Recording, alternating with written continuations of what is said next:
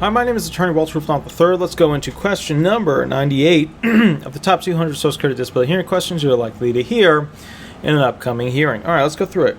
Do you have any skin conditions? I just ate a Kit Kat. Not the whole thing. I wish I did. That require certain fabrics or textiles to be worn. Do you have any skin conditions that require certain fabrics or textiles to be worn? All right, I want to go through some. A lot of you guys are thinking like, oh, you must have some weird skin condition, that you could, blah, blah, blah. It doesn't have to be that. It could be anything. It could be you take a medication, it gives you a side effect, and you can't wear, really fine knit, really hot clothing. You might have to wear open weave, linen types, whatever. It might be one of the situations where you're in an environment that causes your skin to do certain things because of your impairments, and therefore you have to wear clothing that isn't silk or isn't cotton or isn't plant-based or isn't oil-based or whatever.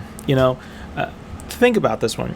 A lot of people don't realize if you peel away the onion on this that you get to a lot of options here, and that basically this is important because it talks about why you have an inability to function in the morning, getting dressed, being ready to roll, in the same way in which the average person would.